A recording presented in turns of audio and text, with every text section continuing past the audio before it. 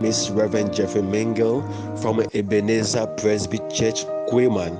God bless you for tuning to our broadcast today, and we pray and know that the Lord will meet you at the point of your need.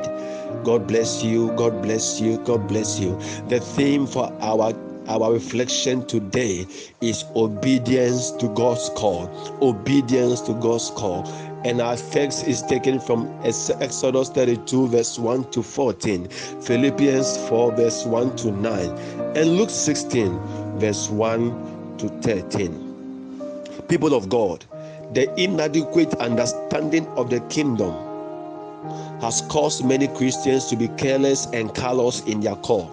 The separation of our spirituality from our normal life has been our bane.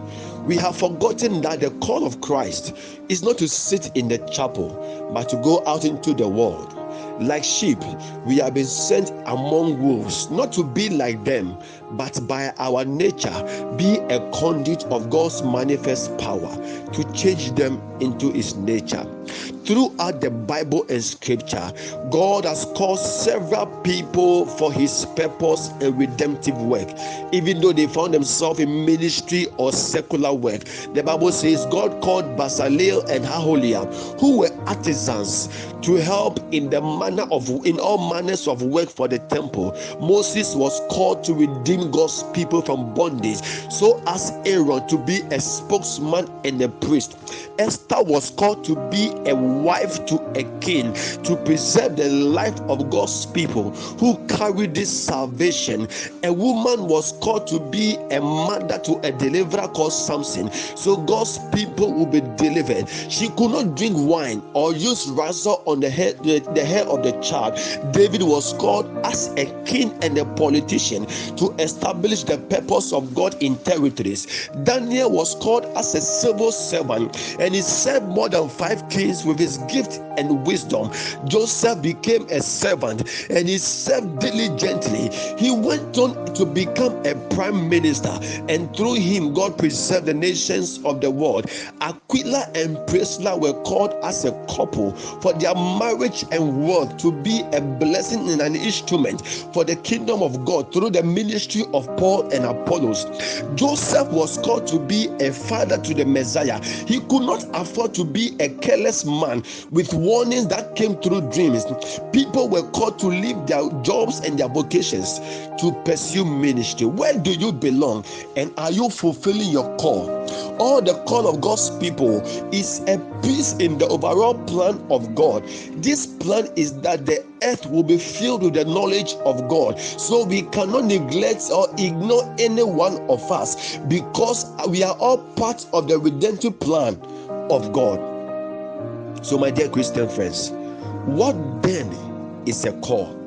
A call is God's initiative to bring people to Christ and to participate in His redemptive work in the world. That is the call. So whether you are an accountant, you are a banker, you are a prophet, you are a minister, the call of God on your life is God's initiative to bring people to Christ and to participate in His redemptive work.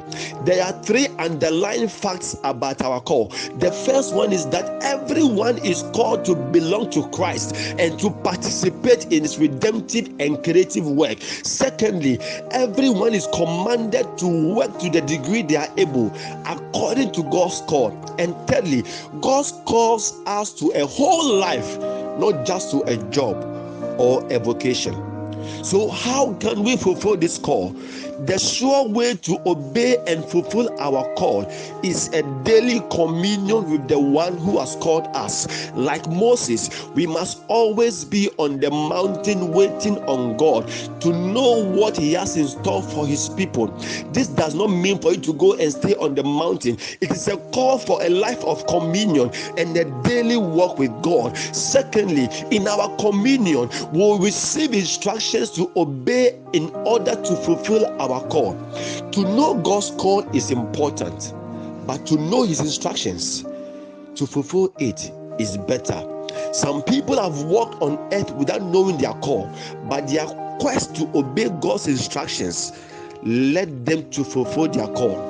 The bane of our generation It's about knowing God's call and not about knowing his instructions. That has been our trouble, because it's all about self and self-attainment. Just like Moses, we must continuously wait on him to receive his instructions for every step. Thirdly, have a disposition of a steward. The steward knows that whatever has been entrusted to him or her will be accounted for. And fourthly, guard your heart and let your motive for whatever you do be true, be pure, be noble, be lovely, and of good report from God, not from men, so that you will earn his praise. Let the quest to earn the praise of heaven be your utmost desire and not men. What is the result of our disobedience to God's call?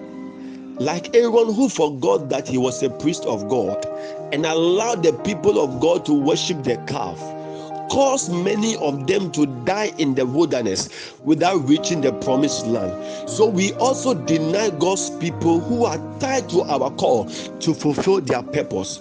Unless God raises a deliverer to save them, like Samson, that took 40 years for a new deliverer to come, then we have done a great disservice to God's kingdom. Secondly, do you see how your callousness and your carelessness and selfishness is causing havoc in God's kingdom through your family, through your work, business, church, and relationships?